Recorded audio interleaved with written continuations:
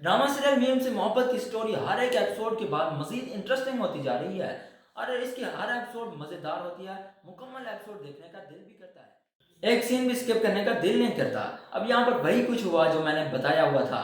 अल्लाह ताला को जैसे ही मालूम होता है कि रोशी की शादी हो रही है किसके साथ, शारिक अरसलान के साथ, उसे ये सब कुछ मालूम होता है उसके डैड के थ्रू। जब उसकी मंगनी होती है तो वो अपने डैड से पूछता है कि रोशी की मंगनी किसके साथ हुई है, तो उसका डैड उसे बताता है कि अरसलान खान के साथ।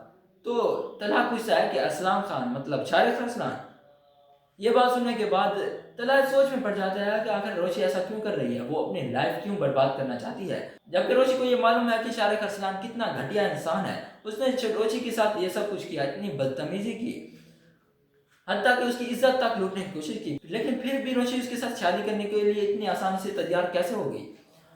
काफी हद तक तो उसे समझ आ जाती है कि ये सब कुछ उसके गुस्से की वजह से कर रही है। रोशी चूंकि तला से नाराज है, ये सब कुछ तला की वजह से हो रहा है। अब तला तो रोशी से इतनी मोहब्बत करता है तो वो आखिर किस तरह रोशी की जिंदगी बर्बाद होने दे सकता है, और वो भी कहीं ना कहीं उसका कसूर हो, ये नहीं होने देगा। इसके बाद वो रोशी को कॉल करता है, उसे समझाने की कोशिश करता है, मगर यहाँ पर रोशी उसकी बिल्कुल भी बात नहीं सुनती। जिसके बाद वो रोशी से मिलने के लिए भी जाता है, फोन पर रोशी को समझाता है, लेकिन रोशी उसकी बिल्कुल भी बात नहीं सुनती। वो कहती है कि आपका इस सारे मामले से क्या ताल्लुक, आपने तो मुझे छोड़ दिया है ना, आपने मेरी मोहब्बत की लाज नहीं रखी, इसीलिए अब आपका बिल्कुल भी हक नहीं बनता कि आप मुझे बताएं कि मुझे क्या करना चाहिए और क्या नहीं, किससे शादी करनी चाहिए और किससे नहीं। इसके बाद आप देखने वाले हैं कि शारिक और सलाम रोशी को मिलने के लिए बनाता है। रेस्टोरेंट में वो दोनों बैठे खाना खा रहे होते हैं। शारिक रोशी के साथ बातें कर रहा होता है कि उसी वक्त वहां पर तला भी आ जाता है। जब वो उन दोनों को एक साथ देखता है तो तला सोचता है कि आखिर रोशी ये सब कुछ कर कैसे रही है, आखिर वो इतने घटिया शख्स के साथ कैसे रह सकेगी। अब तला भी रोशी के लिए काफी ज्यादा परेशान रहने लगा है, क्योंकि उसे मालूम है कि अगर इन दोनों की शादी हो गई, यानी कि रोशी और शारिक अरसलान की शादी हो जाती है, तो इसके बाद रोशी बिल्कुल भी खुश नहीं रह पाएगी, रोशी की जिंदगी तबाह हो जाएगी। इसीलिए वो चाहता है कि ये शादी किसी भी सूरत में रुके, ये किसी भी सूरत में शादी नहीं होने देगा। इसके बाद तला और रोशी की मुलाकात होती है, जिस पर तला उसे समझाता है, कहता है कि रोशी ये सब कुछ मत करो, आखिर तुम ये सब क्यों कर रही हो, तुम्हें छोड़ना मेरी मजबूरी थी, लेकिन तुम्हारी क्या मजबूरी है, आखिर तुम ये सब कुछ क्यों कर रही हो, तुम्हें मालूम ही है शारिक अरसलान कितना घटिया इंसान है, लेकिन फिर भी तुम उससे शादी करना चाहती हो, आखिर तुम क्यों अपनी जिंदगी बर्बाद कर रही हो। इसके बाद रोशी कहती है कि आपने जो फैसला ले लेना था ले लिया, आपने मुझे छोड़ दिया, अब आपका कोई भी हक नहीं बनता कि आप मुझे समझाएं कि मुझे क्या करना चाहिए और क्या नहीं। आप मेरे मामलात में ना ही बोलें तो आपके लिए बेहतर होगा। यह फैसला मैंने सोच समझ कर लिया है, चाहे अब मेरी जिंदगी बर्बाद हो या कुछ भी हो, आपको इससे कोई फर्क नहीं पड़ना चाहिए। इसके बाद अल्लाह कहता है कि रोशी मैं तुमसे मोहब्बत करता था और करता हूँ, इसीलिए मैं तुम्हें किसी भी मुश्किल में नहीं देख सकता, प्लीज अपना फैसला बदल लो और शारिक अरसलान से शादी मत करो। इसके बाद रोशी कहती है कि तला जो तुमने कहना था कह दिया, अब मैं यहाँ से जा रही हूँ, लेकिन अब तुमने मुझसे ना कांटेक्ट करना है और ना ही मुझसे मिलने की कोशिश करनी है। इसके बाद तला कहता है कि ऐसे कैसे, क्या मैं तुम्हारे साथ काम नहीं करता रहा, हम दोनों एक साथ काम करते रहे, तुम मेरे ऑफिस में थी।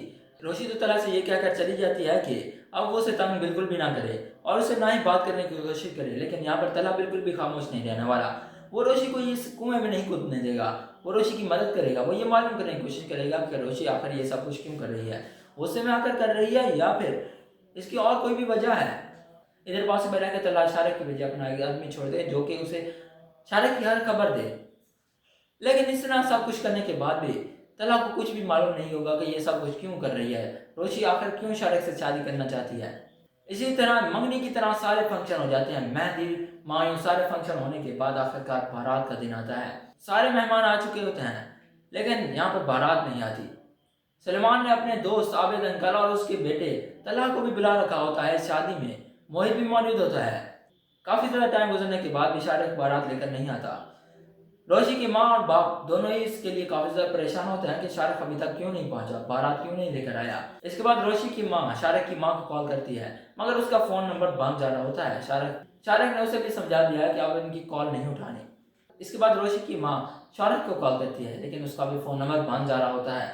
लेकिन कुछ टाइम के बाद जब काफी टाइम गुजर जाता है तो शारिक खुद कॉल करता है रोशी को और उसे कहता है कि अब तुम यहीं पर बैठी रहो, यहाँ पर बारात कोई नहीं आने वाली, ये सब कुछ मैंने तुमसे अपना बदला लेने के लिए किया है, तुमने जो कुछ मेरे साथ किया था, इसके बाद क्या तुम्हें लगता था कि मैं तुमसे इतनी आसानी से और इज्जत बना लूंगा। शारिक कहता है कि तुमने जो मेरे साथ किया था क्या मैं उसका बदला नहीं लेता, तुम्हारी वजह से मेरा करियर तबाह हो गया, अब मैं भी तुम्हारी जिंदगी तबाह कर दूंगा, अब से तुमसे कोई भी शादी नहीं करेगा। इसके बाद रोशी काफ़ी ज़्यादा परेशान होती है, वो अपने माँ बाप को भी ये सब कुछ बताती है, तो वो भी काफ़ी ज़्यादा परेशान होते हैं। इसी तरह ये बात तला तक भी पहुँच जाती है। जब ये बात तला को मालूम होती है, तो तला तो यही चाहता था कि शारिक और रोशी की शादी ये ना हो, क्योंकि शारिक की अगर रोशी से शादी हो जाती तो रोशी की ज़िंदगी तो तबाही हो जाती ना। वो इस बात पर तो खुश होता है, लेकिन तला ये बिल्कुल भी नहीं चाहता था कि रोशी की और उसकी फैमिली की बेइज्जती हो। इसके बाद वो अपने डैड से बात करता है कि वो रोशी से शादी करने के लिए तैयार है, अगर इससे उनकी इज्जत बच जाती है तो रोशी और उसकी फैमिली की इज्जत बचती है तो वो रोशी से शादी करेगा। इसके बाद जब आबिद अंकल अपने दोस्त सलमान से ये बात करता है तो वो भी इस शादी के लिए राज़ी हो जाता है, क्योंकि उसे अब अपनी इज्जत बचानी है और तला उसकी सारी रिक्वायरमेंट पर पूरा उतरता है। इसी तरह सारी फैमिली इस शादी के लिए मान जाती है और उसी तरह इन दोनों की शादी भी हो जाती है। इस शादी पर सबसे ज़्यादा जो खुश होता है वो मोहित होता है। मोहित तो यही चाहता था कि उसे उसकी पुरानी दोस्त रोशी मिल जाए। आप सब लोगों को क्या लगता है इसके आने वाले एपिसोड में क्या होने वाला है, कमेंट सेक्शन में जरूर बताएं। अगर वीडियो पसंद है तो लाइक करना और हमारे चैनल को सब्सक्राइब करना। शुक्रिया। अल्लाह हाफिज़।